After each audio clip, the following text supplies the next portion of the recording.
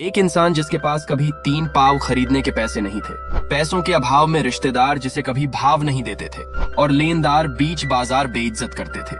किस्मत ने बनाया उसे रातों रात अरबपति।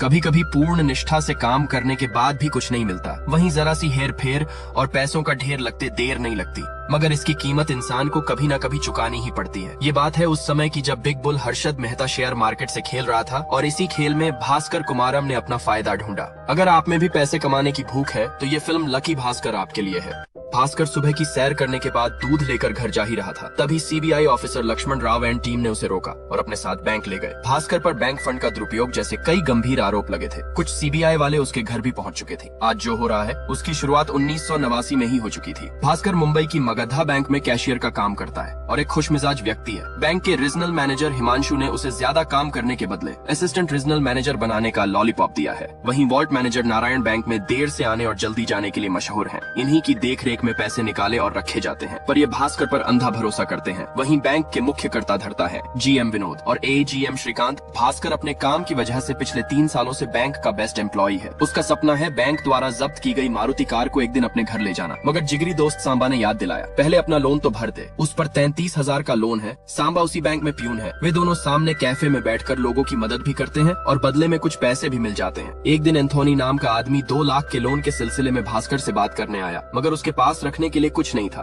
भास्कर जिस जगह रहता है वहाँ के लगभग हर इंसान से उसने कुछ न कुछ कर्जा ले रखा है, सबसे ज्यादा पटेल भाई से। पटेल ने उसे आखिरी चेतावनी दी और जाने दिया। भास्कर एक पुराने मकान में रहता है। एक छोटा भाई जो इंजीनियरिंग कर रहा है और छोटी बहन जो कॉलेज में है। माँ पहले ही गुजर गई थी। पिता प्रहलाद कुमार कभी टॉप के सीए हुआ करते थे, फिर नए व्यापार में दोस्तों ने धोखा दिया और तब से उनकी बोलती बंद हो गई। भास्कर का एकमात्र सहारा है उसकी पत्नी सुमति। वो खाना बनाने में निपुण और अपने फूड बिजनेस का सपना लिए जी रही है। भास्कर का एक प्यारा सा बेटा कार्तिक भी है। आज सुमति के भाई के लड़के का जन्मदिन है। कपड़ों के अभाव में कार्तिक को हर बार एक ही टी शर्ट पहन के जाना होता है। माँ ने कहा हीरो लगोगे। कपड़ों के बाद समस्या थी गिफ्ट की, लेकिन इतने पैसे कहाँ, तो सुमति ने कार्तिक का एकमात्र खिलौना एजे गिफ्ट दे दिया। भास्कर अपने साले के पास गया, पर उसने तो भास्कर से हालचाल भी न पूछे और दूसरे मेहमानों की आवभगत करने लगा। किचन में सुमति की माँ अलग दिमाग खराब कर रही थी। हद तो तब हो गई जब वो बोली, तू यहाँ आ जा, हम तेरी दूसरी शादी करवा देंगे। सुमति गुस्से में बाहर आई तो देखा उसकी भाभी कार्तिक को और केक देने से मना कर रही थी। सुमति ने कार्तिक से प्लेट नीचे रखने को कहा और भास्कर से जाकर कहा, चलो चलते हैं। वे लोग बिना कुछ खाए ही वहाँ से चले गए। रास्ते में वे एक जगह वड़ा पाव खाने रुके, पर भास्कर के पास सिर्फ 2 ही वड़ा पाव के पैसे थे, लेकिन दुकान वाले को उस पर दया आ गई और एक वड़ा पाव फ्री दे दिया। भास्कर ने अपने हिस्से का भी कार्तिक को दे दिया। कार्तिक तो खुश हो गया, पर सुमति बहुत दुखी थी। अपने घर वालों के भेदभाव पूर्ण व्यवहार पर वो कहने लगी, हमारे पास पैसे नहीं है, इसलिए न प्यार मिला न सम्मान। सुमति और भास्कर कॉलेज से ही एक दूसरे को पसंद करते थे और घर वालों के विरोध के बावजूद सुमति ने भास्कर से शादी की थी और इतनी आर्थिक तंगी के बावजूद उसे भास्कर से कभी कोई शिकायत नहीं रही।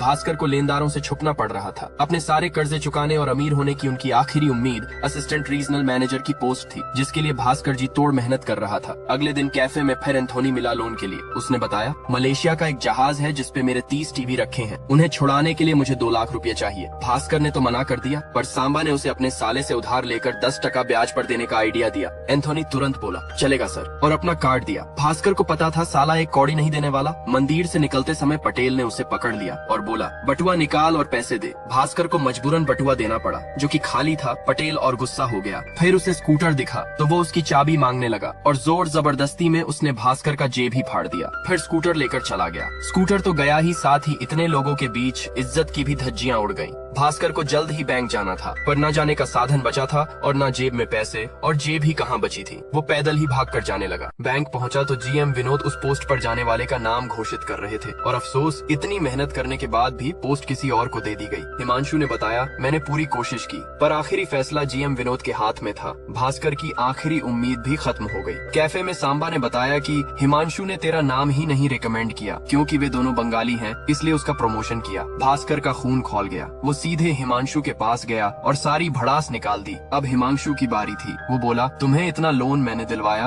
और क्या मुझे नहीं पता तुम कैफे में बैठकर कौन सा साइड बिजनेस करते हो? मैं ये सब जीएम को बताऊंगा। भास्कर को समझ आया कि उसने क्या कर दिया। प्रमोशन छोड़ो, नौकरी ही ना चली जाए। वो हिमांशु के आगे रोने गिड़गिड़ाने लगा और दूसरे लोगों के कहने पर तब कहीं जाकर हिमांशु ने उसे माफ किया। जिस बैंक को भास्कर ने इतने साल दिया और जिन लोगों से इज्जत कमाई, आज उनके सामने सारा कचरा हो गया। भास्कर ने अपना मुंह धोया और सब कुछ भूलकर फिर से काम पे लग गया। आखिर इसके अलावा और कोई चारा भी तो नहीं था।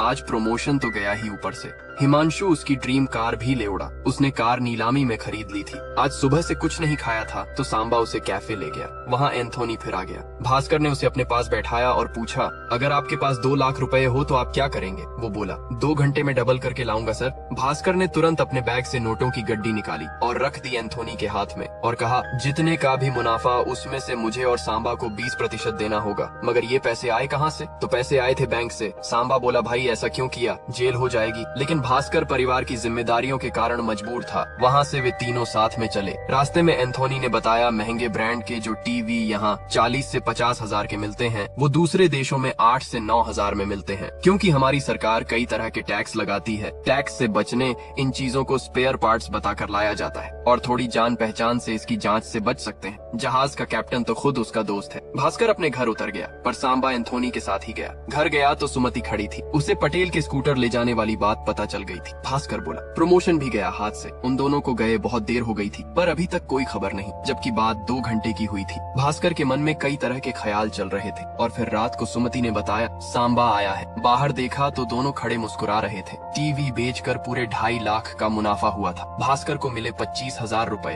और तब पता चलता है कि एंथोनी को कैफे में भास्कर ने ही बुलाया था। उसी वक्त वे लोग पटेल के पास गए और सारा कर्जा चुकाकर स्कूटर छुड़ा लिया। सुमति को समझ नहीं आया कि पैसे कहाँ से आए। भास्कर ने बैंक से जो 2 लाख लिए थे उस दिन रजिस्टर में 2 लाख की एंट्री कम की थी, जो कि उसने काउंटर पर वापस रखकर अगले सोमवार एडजस्ट कर दिए और ऐसे एक छोटा सा स्कैम सफल हुआ। उन पैसों से भास्कर ने अपना सारा कर्जा चुका दिया। मगर ये तो बस शुरुआत थी। पैसों की लत एक बार जिसे लग जाए वो फिर कहाँ रुकता है। भास्कर ने इसी तरीके को अपनाकर एंथोनी के साथ काम चालू कर दिया और दिन दुगनी रात चौगुनी तरक्की होने लगी। मगर सुमति इतने खर्चे से हैरान थी। एक दिन उसने पूछ लिया, प्रमोशन ना मिलने के बाद भी तुम्हारे पास इतना पैसा कहाँ से आया? तब भास्कर ने उसे झूठ बोला कि मैं एंथोनी के साथ इंपोर्ट एक्सपोर्ट का व्यापार कर रहा हूँ और उसी से मैंने सारा लोन भी चुका दिया। सुमति बहुत खुश हुई। उसने कहा, अगले हफ्ते कार्तिक का जन्मदिन आ रहा है तो इस बार हम भी सबके साथ मनाते हैं। जन्मदिन पर सभी को बुलाया गया। रिश्तेदार भास्कर की तरक्की देखकर जल रहे थे और बैंक वाले अचंभे में थे।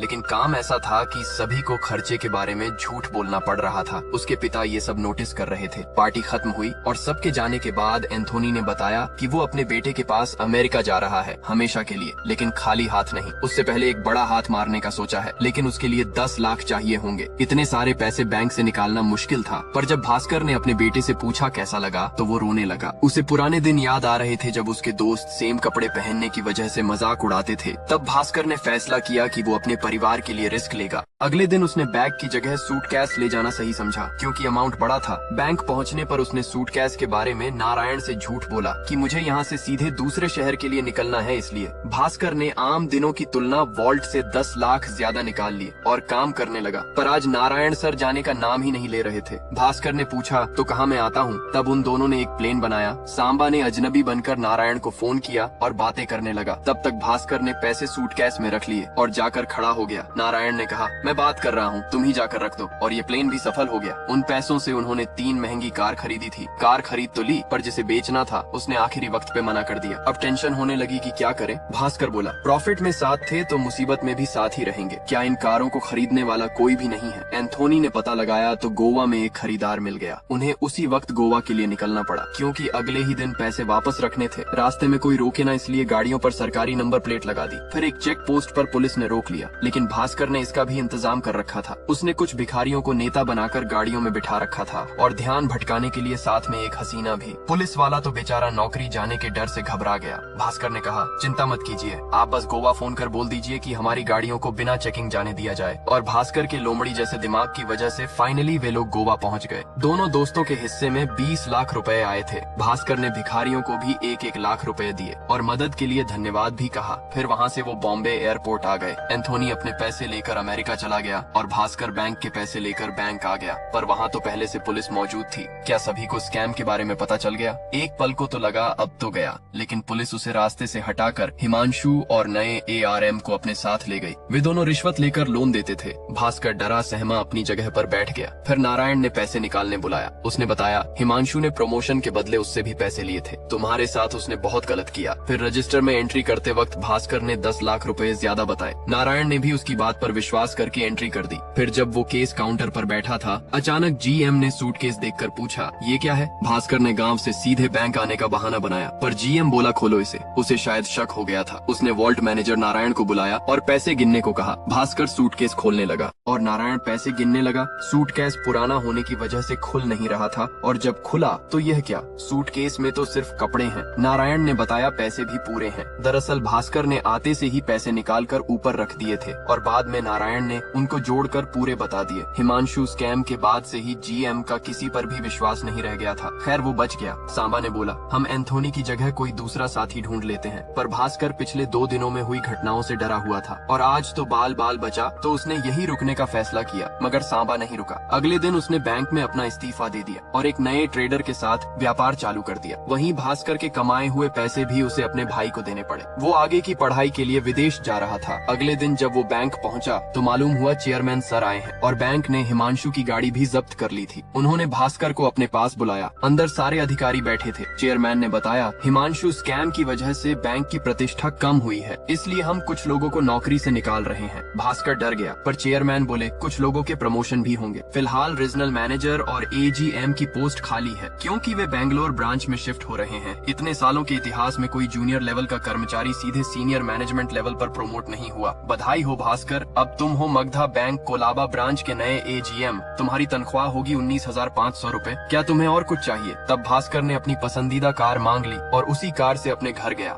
घर जाकर प्रमोशन की खबर सुमति को सुनाई। वो भी खुश हो गई। पर असली कहानी तो अब शुरू होगी। भास्कर के बैंक खाते की डिटेल्स देखकर लक्ष्मण राव का दिमाग ही घूम गया। एक साधारण से बैंक एम्प्लॉय के अकाउंट में 100 करोड़ रुपए। इसके पीछे की कहानी कुछ इस तरह है। जब भास्कर AGM बना तो चेयरमैन ने उसे एक महत्वपूर्ण काम दिया, क्योंकि GM विनोद बेंगलोर ब्रांच को सेटअप करने में लगा थे। ये काम था हर्षा मेहरा से लेन देन। जब कोई बैंक किसी बैंक से लोन लेती है तो बीच में एक ब्रोकर लगता है। ये ब्रोकर था हर्षा मेहरा। हर्षा मेहरा की कंपनी है ग्रो हाई। उसका असिस्टेंट सूरज कटारी बैंक से BR लेकर आता था, जिसके आधार पर पैसे हर्षा के अकाउंट में भेजे जाते थे और हर्षा के अकाउंट से कटारी बैंक में। इसमें हर्षा को कुछ प्रतिशत कमीशन मिलता है। मगर भास्कर को एक दिन पता चला कि जो पैसे मगधा बैंक से हर्षा के अकाउंट में भेजे जा रहे हैं वो कटारी बैंक के बजाय ग्रो हाई के अकाउंट में जा रहे हैं, और इसीलिए सूरज ने भास्कर को पहली मुलाकात में महंगा देना चाहा था। इसी स्कैम के सिलसिले में वो कटारी बैंक गया, पर वे लोग तो पहले ही बिक चुके थे। उसके GM ने कहा, आप हर्षा भाई से बात कर लीजिए एक बार। फिर जब वो BSE गया तो उसे हर्षा और शेयर मार्केट का खेल समझ आया। पहले हर्षा किसी कंपनी के बहुत सारे शेयर सस्ते में खरीद लेता, फिर लोगों से बोलकर उसके शेयर तब तक खरीदने को बोलता जब तक कि उसका भाव न बढ़ जाए, और भाव बढ़ने पे एक साथ सारे शेयर बेच के एक झटके में करोड़ों रुपए कमा लेता। और इसी काम के लिए वो बैंक का भी उपयोग कर रहा था। पर इसमें भास्कर को तो 1 रुपए का भी फायदा नहीं था। उसने सूरज को फोन कर मिलने बुलाया। सूरज ने हर्षा भाई की तरफ से उसे चेक दिए, पर भास्कर ने कहा, मेरी कीमत मैं खुद तय करूंगा। आगे से जितने के भी BR लाओगे उसमें से 1% मुझे देना होगा। पैसे कैश में लूंगा और तुम जिस भी कंपनी के शेयर बेचोगे खरीदोगे उसकी जानकारी एक दिन पहले मुझे देनी होगी।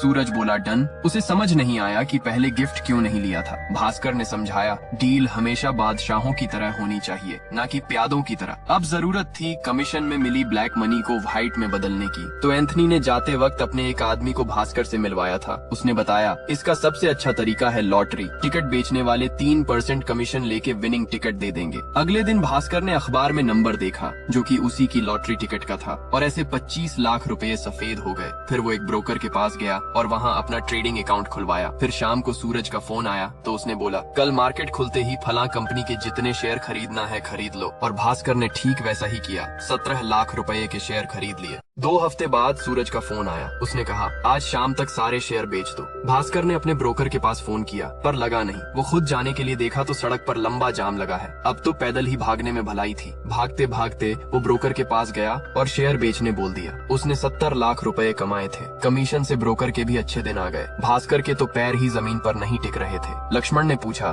2 हफ्तों में 70 लाख कमाने के बाद तुमने एक ही दिन में 69 लाख खर्च कर दिए। भास्कर ने बताया, उसकी छोटी बहन की शादी तय हो गई थी तो शादी की खरीदारी के लिए वो अपनी कार से एक ज्वेलरी शॉप पे गए। भास्कर ने पानी मांगा तो उसे खुद ही जाकर पीने बोल दिया और गहने पसंद करने के बाद उन्होंने चेक लेने से मना कर दिया। तब भास्कर उन दोनों को लेकर पहले बैंक गया और कैश लेकर आया, लेकिन पहले वो कपड़े की दुकान पर रुका और नोट से भरा बैग रख दिया सामने। इतने पैसे देखकर दुकान मालिक खुद उन्हें कपड़े दिखाने लगा। उन्होंने सबसे महंगे कपड़े खरीदे क्योंकि ज्वेलरी शॉप पर भास्कर फैमिली को गरीब समझकर भेदभाव किया जा रहा था। इंसान की गाड़ी देखकर ही वे अपने तेवर बदल लेते थे। तो भास्कर भी कपड़े खरीदने के बाद गाड़ियों के शोरूम पर गया और 16 लाख की बड़ी गाड़ी खरीद ली। उसके बाद तो उसका रोला जम गया। भास्कर ने अपनी हैसियत दिखाने वो चीजें भी खरीद डाली जिनकी जरूरत नहीं थी। बहन की शादी धूमधाम से संपन्न हुई। कमीशन को पैसों को ज्यादा बार लॉटरी से व्हाइट मनी में बदलने से प्रॉब्लम हो सकती थी, इसलिए उन्होंने मनी लॉन्ड्रिंग का सहारा लिया। विदेश में इसी काम के लिए कई कंपनियां बनाई गई हैं, पर इस काम के लिए भास्कर के पास भी कोई कंपनी होना जरूरी था। तो उसने सुमति का सपना पूरा करते हुए अचार बेचने का बिजनेस शुरू करवा दिया और उस लड़के को काम पे रख लिया। फिर विदेश की उन फर्जी कंपनियों से अचार के ऑर्डर आने लगे और पैसा सफेद होने लगा। बेचारी सुमति इसे अपने बनाए स्वादिष्ट अचार का प्रताप समझ रही थी। जैसे जैसे पैसे बढ़ते जा रहे थे, भास्कर का अहंकार भी बढ़ता जा रहा था। अपनी गाड़ी बीच रास्ते में खड़ी करने के लिए उसने मोहल्ले वालों को पैसे देना शुरू कर दिया। वो सुमति से भी अकड़ कर बात करने लगा था और नारायण सर के सेकंड हैंड स्कूटर की मिठाई खाने से भी मना कर दिया। एक दिन पटेल उसकी गाड़ी के सामने स्कूटर लेकर आ गया और फिर भास्कर का गुस्सा फुट पड़ा। उसने पटेल का स्कूटर तोड़ दिया और लड़के से कहा,